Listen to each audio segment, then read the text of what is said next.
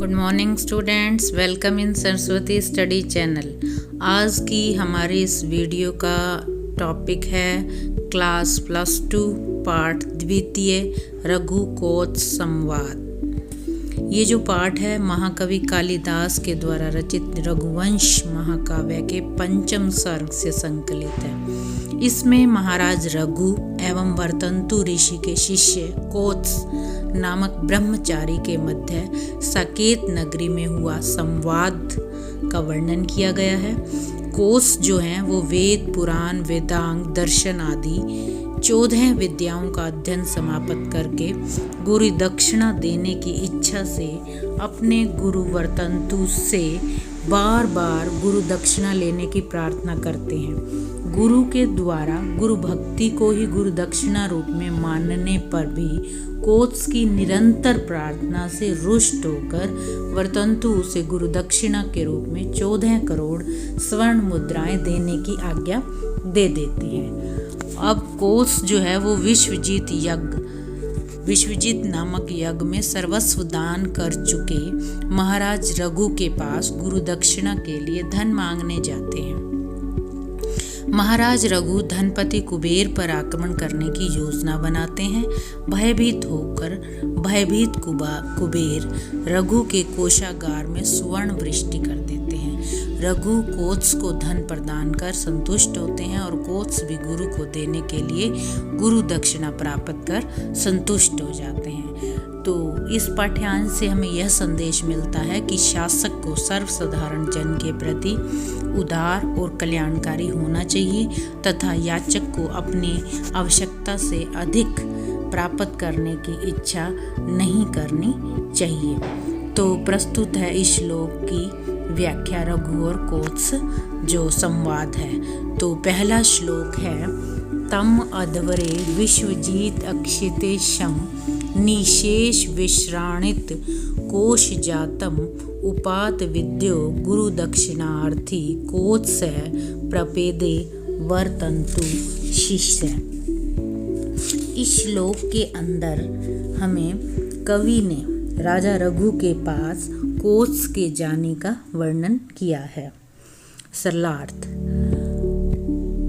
विद्या को प्राप्त किया हुआ, गुरु दक्षिणा देने की इच्छा से प्रार्थना करने वाला, गुरु दक्षिणार्थी मतलब गुरु दक्षिणा के लिए प्रार्थना करने के लिए, उपात विद्यो मतलब विद्या को प्राप्त किया हुआ, गुरु दक्षिणा देने की इच्छा से प्रार्थना करने वाला कौन? वर्तंतु शिष्य, ऋषि वर्तंतु के शिष्य कोत्स जो है वो विश्वजीत नामक यज्ञ में सर्वस्व दान कर चुके जो है राजा रघु के पास पहुँचे। तम अध्वरे, तम का मतलब उनके पास, जो है अध्वरे यज्ञ में, विश्वजीत नामक यज्ञ में जो है सब कुछ दान कर चुके क्षितिक्षम राजा के पास, कौन से राजा? रघु के पास जो है वो प्रपेदे मतलब पहुंच गए।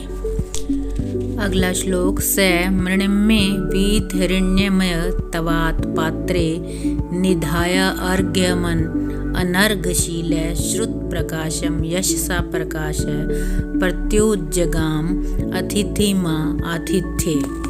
तो इस श्लोक में ये बताया गया है कि जो दानवीर राजा रघु हैं वो यज्ञ में अपना सर्वस्व अर्पण करने के बाद मिट्टी के पात्र में अर्घ लेकर, मतलब उनको सम्मान देने के लिए पूजा सामग्री लेकर कोत्स के पास गए, उसका वर्णन है इस श्लोक के अंदर। सरलार्थ, इसकी व्याख्या इस प्रकार है।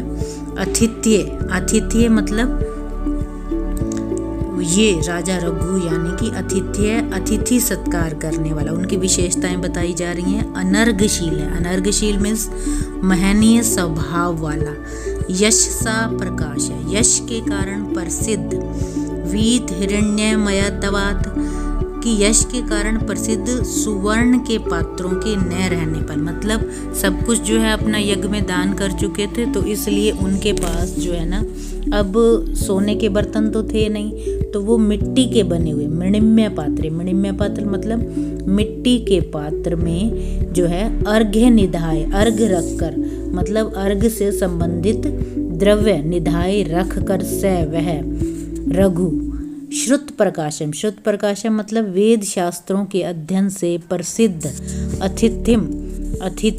अतिथि कौन, कोत्स, अतिथि कोत्स प्रतिम उज्जगाम मतलब उनके पास उठकर गए। तो इस श्लोक के अंदर हमें राजा रघु और कोत्स दोनों की ही विशेषताओं का वर्णन किया गया है। अगला श्लोक, तमर्चित्वा विधिवद विधिज्ञ तपोधनम मान धन अग्रयायी विशाम्पतिर वृष्टिर भाजमरात कृतांजलि कृत्य विदित उवाच। विधिज्ञ का मतलब होता है कि शास्त्रों को जानने वाले। तो इस श्लोक में हमें रघु की अतिथि सत्कार की भावना और उनके शास्त्रोक्त कर्तव्य बोध के विषय में वर्णन किया गया है। तो प्रस्तुत है उसकी व्याख्या। शास्त्रोक्त नियमों के ज्ञाता, विधिज्ञ का मतलब है कि शास्त्रों के नियमों को जानने वाले। आगे है आत्मसम्मान को धन मानने वालों में। आत्मसम्मान मतलब अपने सम्मान को अग्रगण्य मतलब आगे गिनने वाले। मान धन अग्रयायी कि आत्मसम्मान को ही धन मानने में अग्रण्य। प्रजा के प्रति विंशापति, विंश यानी कि प्रजा, पति प्रजा के स्वामी महाराज रघु ने उस ऋषि की जिसका तप ही धन है, तपोधनम जिसका तप ही धन है और जो है वो कुश के आसन पर बैठे हुए हैं, उनके समीप जाकर पूजा करके, अर्चित्वा पूजा करके, कृतांजलि हाथ जोड़कर मतलब हाथ जोड़कर अपने कर्तव्य और उत्तरदायित्व को समझने वाले। कृत्यविद मतलब अपने कर्तव्य और उत्तरदायित्व को समझने वाले रघु ने कृतांजलि दोनों हाथ जोड़कर तम उन्हें कहा। क्या कहा? अगले श्लोक में वर्णन किया गया है इसका। अगला श्लोक,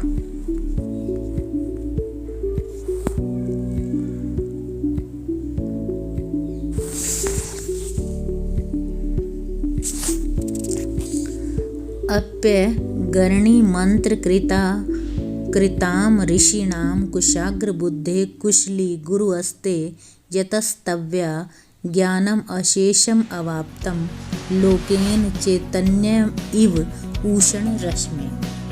तो इस श्लोक में हमें ये बताया गया है कि जो राजा रघु हैं उन्होंने कोच से अपने गुरु की कुशल क्षेम पूछी मतलब हाल चाल पूछा। तो उसका वर्णन किया गया है इसमें। तो प्रस्तुत है इसकी व्याख्या। कुशाग्र बुद्धि मतलब कुशल बुद्धि वाले कोत्स क्या, अपि पहले आ गया ना, अपि अगरणी मतलब क्या, अगरणी मंत्रकृता मतलब मंत्र दृष्टा, ऋषिणाम ऋषियों में अग्रगण्य तब तुम्हारे गुरुजी जो हैं वो तव्या तुम्हारे गुरुजी कुशल पूर्वक हैं, ऐसा उन्होंने मतलब पूछा उनके बारे में। जिनसे तुमने यत तव्या मतलब जिनसे तुमने उसी प्रकार, किस प्रकार, चैतन्य स्वरूप ज्ञान प्राप्त किया है। जैसे चैतन्य इव आ गया ना, इव मतलब समान कि चेतना के स्वरूप ज्ञान प्राप्त किया है। जैसे रश्मि बोलते हैं सूर्य को, कि सूर्य से चेतना प्राप्त करके लोकेन सारा संसार जो है वो जागृत हो जाता है। मतलब जिस तरह अंधकार में भटके हुए को जो है वो सूरज की रोशनी से उजाला मिल जाता है, उसी तरह जो है कोत्स जो है वो अंधकार में भटक रहे थे और वर्तंतु ऋषि ने उन पर जो है चेतना का ज्ञान का जो है वो प्रकाश कर उन्हें ज्ञान दिया। तो इसी तरह उनकी तुलना जो है वर्तंतु ऋषि की तुलना सूरज से की गई है। तो इस श्लोक के अंदर जो है उपमा अलंकार का बहुत ही अच्छा वर्णन किया गया है। अगला श्लोक,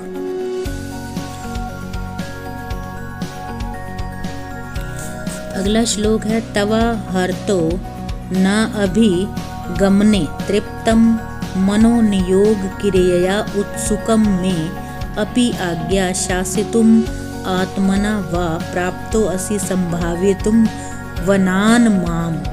अहर्त, अहर्त का मतलब होता है प्रशंसा के योग्य।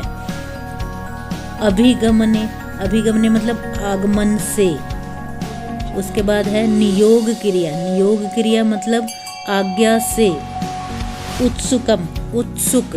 में मन है, मेरा मन जो है न तृप्तम, तृप्त नहीं हुआ अर्थात संतुष्ट नहीं हुआ है।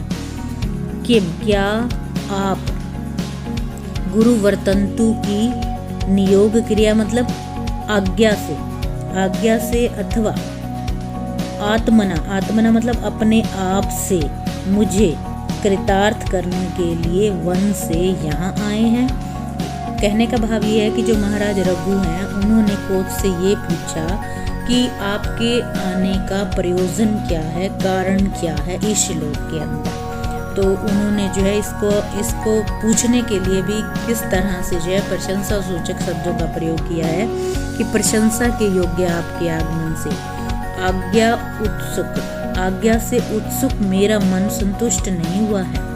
क्या गुरु वर्तंतु की आज्ञा से, अब वो पूछ रहे हैं कि क्या आप गुरु वर्तंतु की आज्ञा से संभाव्य तुम अथवा मुझे कृतार्थ करने के लिए वनान, वन से यहाँ आए हैं, ऐसा उन्होंने मतलब पूछा। अगला श्लोक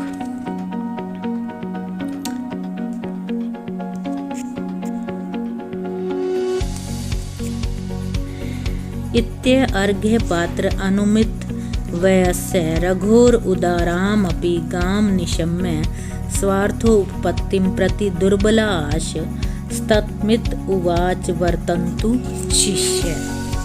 तो इस श्लोक में हमें ये बताया गया है कि रघु के अर्घ्य पात्र को देखकर ही, अर्घ्य पात्र लाए थे ना वो मिट्टी के बर्तन में उनकी पूजा अर्चना करने के लिए, तो उसको देखकर ही कोच ने ये अनुमान लगा लिया कि अब जो है राजा रघु से मेरी ये इच्छा जो है वो पूरी नहीं होगी, क्योंकि वो तो 14 करोड़ स्वर्ण मुद्राएं लेने आए थे।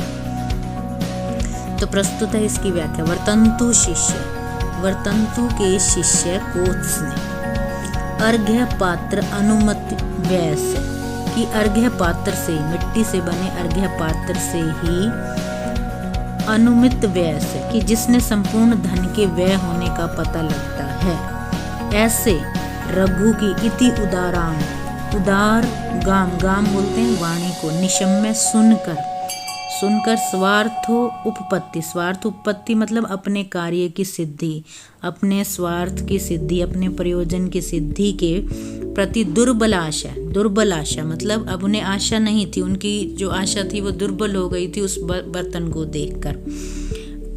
सिद्धि के प्रति उस तम मतलब उस राजा रघु को इति अवोचत, इस प्रकार कहा। तो मतलब आगे क्या कहा वो अगले श्लोक में वर्णन किया गया है। अगला श्लोक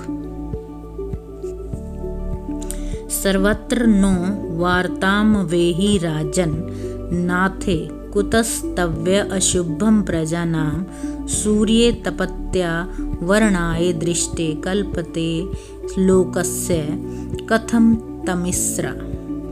राजन, हे राजन, इस श्लोक के अंदर कोच ने राजा रघु की जो है वो सूर्य से तुलना की है। तो क्या कह रहे हैं कि हे राजन, सर्वत्र सब जगह पर नो हमारी जो है वार्तम अवेहि कुशलता को जानो, अर्थात हम लोग हर प्रकार से कुशल हैं।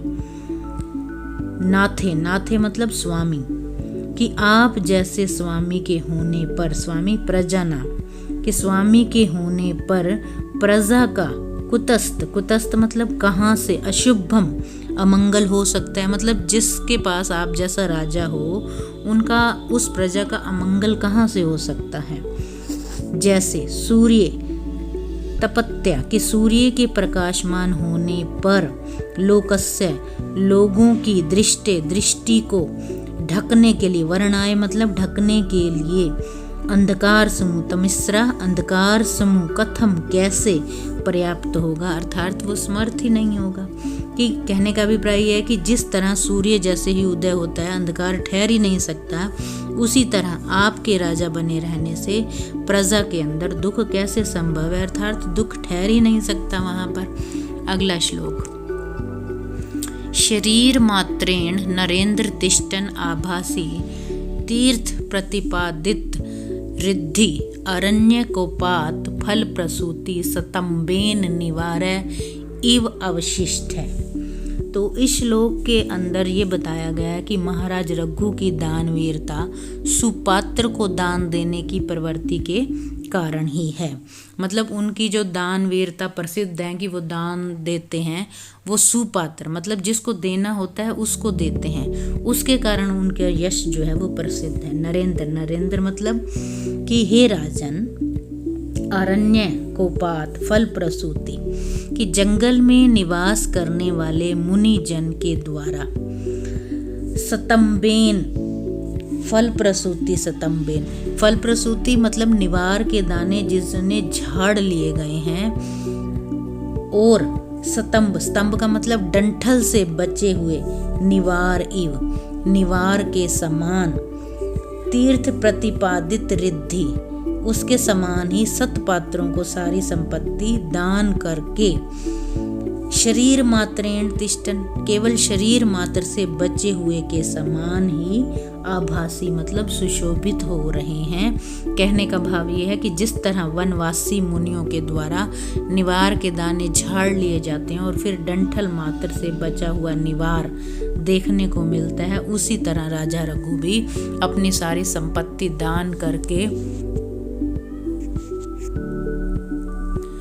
सारी संपत्ति अपनी दान करके जो है केवल शरीर मात्र से ही सुशोभित हो रहे हैं। अगला श्लोक,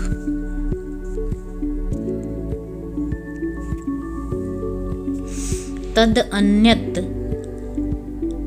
तावद्वन अन्य कार्यो गुर्वर्थ महारतु महम यतिष्ये सवस्तस्य अस्तु ते निर्गलित अम्बुगर्भ शरद घनम न अर्दति चातको अपि। तो इस श्लोक में हमें यह बताया गया है कि कोत्स ने अपनी इच्छा की पूर्ति के लिए किसी अन्य राजा के पास जाने के विषय में रघु से कह रहे हैं इस श्लोक के अंदर। मतलब अपनी इच्छा की पूर्ति करने के लिए वो किसी और राजा के पास जाने की इच्छा व्यक्त कर रहे हैं राजा रघु से। तो प्रस्तुत है इसकी व्याख्या, तत् अन्यत अहम कि अन्य, अन्यतः मतलब तो जो मेरा निर्दिष्ट उद्देश्य के अलावा अन्य कार्य न हो ऐसा मैं, अहम तावत अनन्य कार्य, अनन्य कार्य मतलब जिसे निर्दिष्ट उद्देश्य के अलावा किसी अन्य कार्य न हो ऐसा मैं अपने गुरु की इच्छा पूर्ति रूपी इस महान कार्य के लिए अहर्तुम यतिष्ये कि किसी अन्य से याचना करने का, यतिष्य मतलब कोशिश करूंगा। उदाहरण किसका लिया, चातक अपि कि चातक पक्षी भी शरद घनम शरदकालीन बादलों से न अर्दति याचना नहीं करता, जिसके निर्गलित अम्बु गर्भ है, जिसके गर्भ से अम्बु, अम्बु मतलब जल को, जिसके गर्भ से जल निर्गलित मतलब निकल चुका हो, स्वस्ति अस्तु आपका कल्याण हो, मतलब इस प्रकार अंत में कहता है। तो कहने का भाव ये है कि कोस ने राजा से कहा कि हे राजन, आपके पास तो कुछ है नहीं, इसलिए अब मैं किसी दूसरे धनी के द्वार पर जाता हूँ। क्यों? क्योंकि जो चातक पक्षी होता है वो भी जल वाले बादलों से जल की याचना नहीं करता, ठीक है, कि बिना जल वाले बादलों से जल की याचना नहीं करता। तो कवि ने यहाँ पर दृष्टांत, दृष्टांत मतलब उदाहरण अलंकार का प्रयोग किया है। अगला श्लोक, एतावद उक्त्वा प्रतियातु कामं शिष्यं महर्षि निरपति निषिध्य किम वस्तु विद्वन गुरुवे प्रदेयं तवया कियत् इति तम अन्वयुक्तः। तो इस श्लोक में जो है जब दुर्बल आशा हो गई कि कोत्स को कि राजा रघु जो है वो मुझे नहीं दे सकते, तो इस श्लोक के अंदर राजा रघु ने कोत्स से ये पूछा कि जब उन्होंने कोच ने वहाँ से जाने की इच्छा व्यक्त की, तब राजा रघु ने कोच से ये पूछा कि तुम्हें गुरुजी को क्या देना है। इसका वर्णन इस श्लोक में किया गया है। तो प्रस्तुत व्याख्या, एतावद उक्तवा, एतावद मतलब ऐसा कहकर, उक्तवा कहकर, प्रति यातु कामम लौट जाने की इच्छा रखने वाले महर्षि यानी महर्षि वर्तंतु के शिष्य कोच को नृपति मतलब राजा रघु ने रोक कर, निषिद्ध मतलब रोक कर पूछा। क्या पूछा? किम वस्तु हे विद्वान कोच, किम वस्तु गुर्वे प्रदेयम, गुर्वे मतलब आपने गुरु को, किम क्या, वस्तु कितव्या तुम्हारे द्वारा, और कियत मतलब कितनी, कि क्या और कितनी वस्तु तम अनुयुक्त तुम्हें जो है वो देनी है, ऐसा उन्होंने जो है पूछा